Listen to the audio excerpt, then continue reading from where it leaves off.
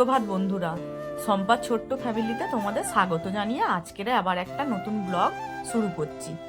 এই তো আজকের বৃহস্পতিবার, সকাল সকাল উঠে পড়েছি, কারণ বৃহস্পতিবারের পুজো আছে। তাই আমি প্রথমেই বিছানাটা গুছিয়ে নিতে এসেছি। ঘরের দেখবে বিছানা গোছানো থাকলে ঘরে ঢুকলে না মনটা খুব ভালো লাগে। তাই আমি প্রথমে ঘরের বিছানাটা তুলে ভালো করে গুছিয়ে ঝেড়ে নিচ্ছি। তারপরে বারান্দায় সোফা আছে, সব কিছু একটু যা কিছু ফার্নিচার আছে একটু ঝেড়ে পরিষ্কার করে নিই। তারপরে শাশুড়ি মা আমার প্রত্যেকদিন ঘরটা ঝাড় দিয়ে দেয়, তারপরে আমি মুছে নিই। এবারে আমি ঘর মুছতে যাব। এইগুলো এটা আমার ঠাকুর ঘর নয়, তবুও বারান্দার এক সাইডে আমি ঠাকুরটা রেখেছি। আর এই মডিউলার ড্রয়ারটা তোমরা তো জানো, জন্মাষ্টমীর দিনকেই আমার বাড়িতে অর্ডার ছিল।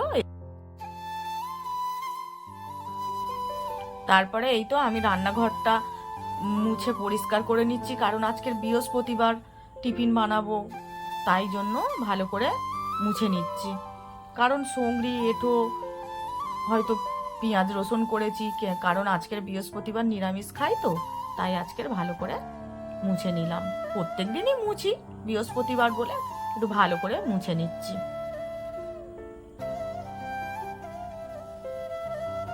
এই দেখো কত সুন্দর ওভেনটা পরিষ্কার হয়ে গেল। এই দেয়ালগুলো আমি প্রত্যেক দিনই পরিষ্কার করে নিই একটু করে। প্রত্যেক দিন করলে দেখবে কষ্টটা কম হয়।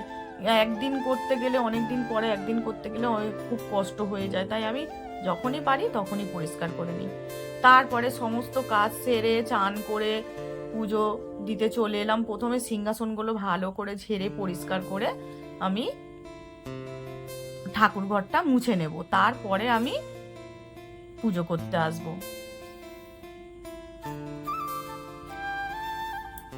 তোমরা তো জানো প্রত্যেক দিনই পুজো দিই, কত বাসি ফুল থাকে, নোংরা থাকে, ধুলো পড়ে। ওগুলো একটু ভালো করে পরিষ্কার করে নিলে ঠাকুর ঘর চকচক করে। পরিষ্কার থাকলে দেখতেও ভালো লাগে। এই যে আমার রাধা গোবিন্দ সব সিংহাসন পরিষ্কার করে সুন্দর করে গুছিয়ে নিয়েছি। এবার এই বাসি ফুলগুলো ফেলে দেবো। এই দেখো, এইটা কালকেরে আমার গাছে এই ফুল দুটো ফুটেছে, দেখেছো? আজকের পর্যন্ত কত সুন্দর, একদম টাটকা আছে। তারপর আমি ভিতর থেকে একটা আসন নিয়ে ভালো করে একটা সিংহাসনে পেতে দিলাম, কারণ মাকে আজকেরে একটু নিচে বসাবো। নিচে আর উপরে থাকলে না পুজো দেওয়া হয় না, নিচে থাকলে ভালো করে পুজো দিতে পারি সুন্দর করে, প্রত্যেকদিন ফুল পড়বে। তারপরে আমি এই যে ঠাকুর ঘরটা মুছে নিলাম। তারপরে ঠাকুর ঘর মোছা হয়ে গেল। এবারে আমি ঠাকুরের বাসনগুলো সুন্দর করে মেজে নিচ্ছি। পরিষ্কার করে ভালো করে মেজে নিচ্ছি, কারণ পুজো দেবো। প্রত্যেক দিনই আমি ওই বাসন মাজা সাবান আর ওই পিতাম্বরী পাউডার আছে আমার, পিতাম্বরী পাউডার দিয়ে বাসনগুলো মাজি। পিতাম্বরী পাউডার দিলে খুব সুন্দর চকচক করে, বাসন একদম ঝকঝকে পরিষ্কার হয়ে যায়।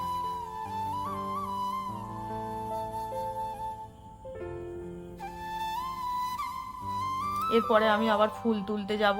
এই যে দেখো আমার বাগানের ফুলগুলো, এবার তোমাদের একটা একটা করে দেখাই। দেখো, এই দেখো, এই আজকের এই ধুতরা ফুলটা ফুটেছে, কত সুন্দর লাগছে ধুতরা ফুলটা। এই এই হলুদ হলুদ গুলো, এইগুলোকে মনে হয় এলামুন্ডা বলে। এই ফুলগুলো অনেক ফোটে, ছোট ছোট ফুল। তারপরে লাল জবা, এটা পিঙ্ক কালারের জবা। এই গাছে পিঙ্ক কালারের জবা প্রচুর ফোটে, কিন্তু এখন একটু কমে গেছে ফুল ফোটা, কারণ জানি না আমি কেন কমে গেছে। তারপরে দুটো গোলাপ ফুল ছোট ছোট তুলে নিলাম।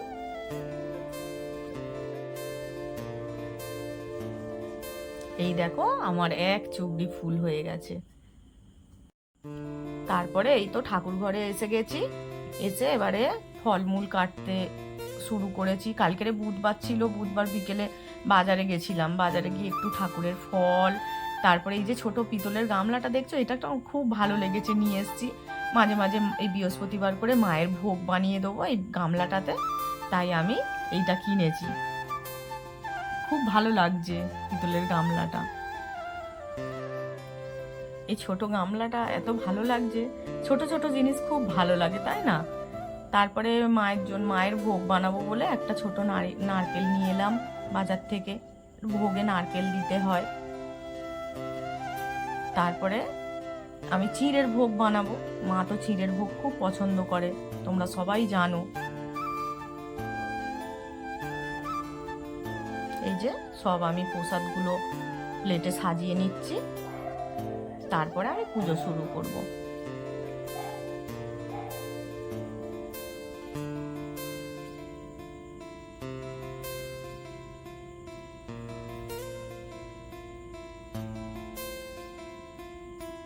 এই যে আমি এবারে চিঁড়েটা ভালো করে ধুয়ে নিচ্ছি, কারণ প্রচুর ধান থাকে চিঁড়েতে।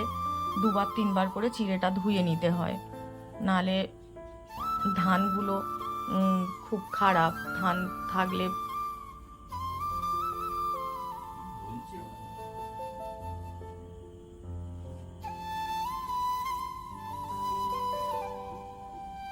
তারপরে আমি ভোগ বানাচ্ছি। এই তো চিঁড়েটা ভালো করে ধুয়ে নিয়ে চিনি দিলাম, তারপরে মুড়কি দিচ্ছি। তারপরে আমার শাশুড়ি আমাকে নারকেলটা কুড়ে দিচ্ছে। নারকেল কোড়াটা আমি তারপরে ভোগের উপরে দিয়ে দেব।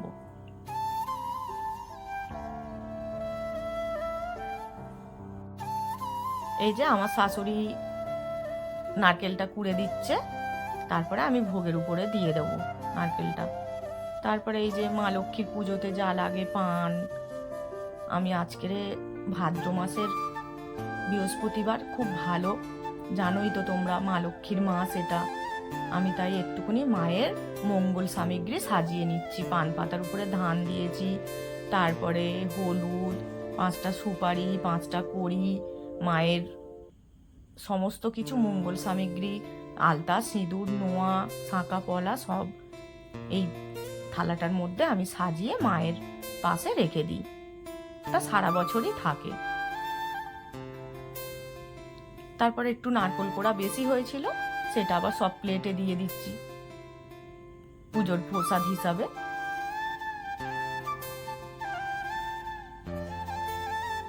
এই যে আমি ঘরটা ভালো করে সাজিয়ে নিচ্ছি, ঘট বসাবো আজকের বৃহস্পতিবার। আমি ঘটের উপরে কিন্তু কলা দিই না, আমি সুপারি দিই। অনেকে কলা দেয়, আমি সুপারি দিই। তারপরে সমস্ত ঠাকুরের গলায় আমি মালা পরিয়ে দিচ্ছি, চন্দন দেব।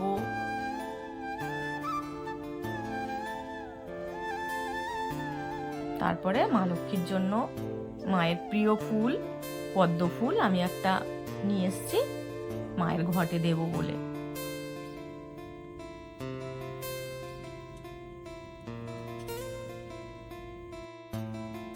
তারপরে আমি বাড়ির ফুলগুলো, যেগুলো আমার বাগানের ফুল, গাছের ফুল, সেইগুলো আমি সব সিংহাসনে সুন্দর করে সাজিয়ে দিচ্ছি।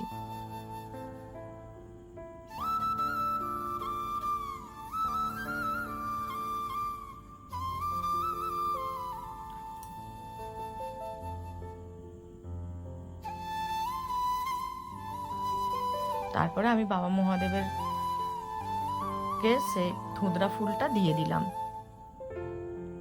এবার গোবিন্দকে তুলসী পাতা, সমস্ত ফুল সাজিয়ে আমি পুজোটা সেরে নিলাম।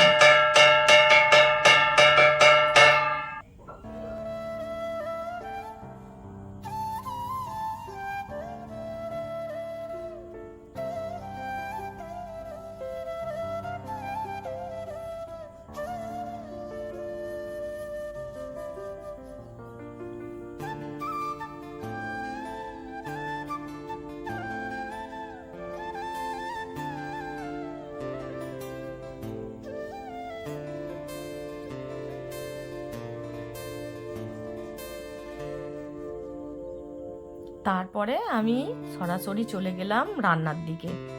আজকের বৃহস্পতিবার নিরামিষ। আমি শাশুড়ি মাকে, ছেলেকে জিজ্ঞাসা করলাম আজকের কি খাওয়া হবে। বললো মা প্রত্যেক দিন তো ভাত খাই, আজকের খিচুড়ি করো একটু। তাই আমি ভাবলাম তাহলে খিচুড়ি আর বাঁধাকপি চচ্চড়ি করি, একটু দুপুরবেলা খাওয়া হবে।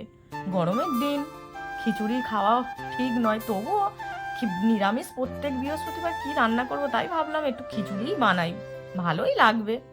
খিচুড়ি, বাঁধাকপি চচ্চড়ি, আর ঘরে কাঁকরোল ছিল, কাঁকরোলটা একটু ভাজা করব। এই যে আমি সমস্ত কিছু কেটে ধুয়ে পরিষ্কার করে নিচ্ছি। আর আমি তো জানো উনুনে রান্না করি। এই যে বাঁধাকপি চচ্চড়ি বসিয়ে দিয়েছি। শাশুড়ি মা আমাকে মশলা করে দেয় প্রত্যেক দিনই, ওনাকে বলতে হয় না, উনি আমাকে মশলাটা করে আমার হাতের কাছে গুছিয়ে দেয়। আমি আনাজগুলো কেটে নিলাম, আমার শাশুড়ি মা আমাকে মশলা করে দিল, তাহলে তাড়াতাড়ি রান্নাটাও হয়ে গেল, দুজনেই ভাগাভাগি করে কাজ করি। এই যে আমার বাঁধাকপি চচ্চড়ি হয়ে গেছে, তারপরে আমি খিচুড়ির মশলা কষাচ্ছি। খিচুড়িটা হয়ে গেলে আমার রান্না হয়ে যাবে। এই সাদা মাটা করেই করছি, জানো তো, মুগের ডাল আর এমনি চাল। গোবিন্দভোগ চাল দিলে ভালো হতো, গোবিন্দভোগ চাল অল্প ছিল বলে আর গোবিন্দভোগ চাল দিলাম না, এমনি রোজকার যে রান্নার চাল সেই দিয়েই করছি। আর খিচুড়িটা কিন্তু আমি কড়াতেই করছি, অল্প খিচুড়ি 3 জন খাবো তো, তাই আর হাঁড়িতে দিলাম না, বড় হাঁড়ি। তারপরে আমার তো খিচুড়ি রান্না হয়ে গেল। এবারে আমার ছেলে বলছে, মা এই গাছগুলো টবে আছে, বাড়বে না, আমি মাটিতে বসিয়ে দিই। আমি বলছি ঠিক আছে, বসিয়ে দে। তারপরে এই গাছগুলো ও আবার দুপুরবেলা মাটিতে বসাবে। এইগুলো কিন্তু চাঁপা ফুল, খুব সুন্দর ফুল হয়। তারপরে ও সমস্ত গাছ দুটোকে মাটিতে বসাবে বলে, ও তো জানে কিভাবে বসাতে হয়, টবে থেকে বের করলো, করে বসালো। তারপরে আমরা দুপুরে খেতে বসবো। খেতে বসার আগেই তারপরে খিচুড়ি সব থালাতে বেড়েছি, ঠাকুর মশাই চলে এলো, তাই আমরা আর খেলাম না, আগে পুজোটা হয়ে যাক। আজকে ঠাকুর মশাই একটু দেরি করেছে, ওই জন্য আমরা উঠে আবার ঠাকুর মশাই, বৃহস্পতিবার করে প্রত্যেক বৃহস্পতিবার ঠাকুর মশাই আমাদের বাড়িতে পুজো করতে আসেন। তারপর ঠাকুর মশাই পুজো করে দিয়ে যাবার পরে কিন্তু আমরা খেতে বসেছি। পার্বতী প্রিয়া পুত্র সিদ্ধিদাতা গণেশায় নমঃ। পশ্চাতে পঞ্চভূত গণভ্যয় নমঃ। ঊর্ধ্বে ব্রহ্মণে নমঃ। অধে অনন্তায় নমঃ। সম্মুখে সর্বং দেবী দেবী রাধা কৃষ্ণ যুগলায় নমো নমঃ। ওম নমঃ সর্বমঙ্গল মঙ্গলে শিবে সর্বাত্র সাধিকে সর্ব।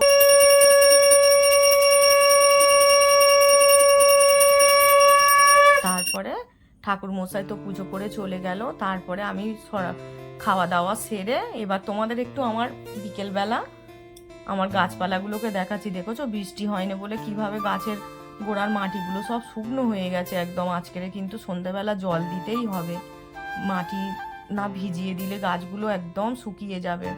এইগুলো সব কাগজ ফুলের গাছ, খুব সুন্দর ফুল ফোটে জানো তো। গরমকালে কাগজ ফুল গাছগুলো এত সুন্দর ফুল ফোটে, পুরো ভরে যায়। তোমাদের দেখাবো, গরম আসুক, এখন তো শীত আসছে, আর ফুল হবে না। তারপরে আমার ছেলে যে এই চাঁপা গাছ দুটো কিন্তু বসিয়ে দিয়েছে মাটিতে। ভিডিওটা আজকের এখানেই শেষ করে দিলাম। তোমাদের এই গাছপালা দেখিয়ে কেমন লাগলো তোমরা কিন্তু বলো।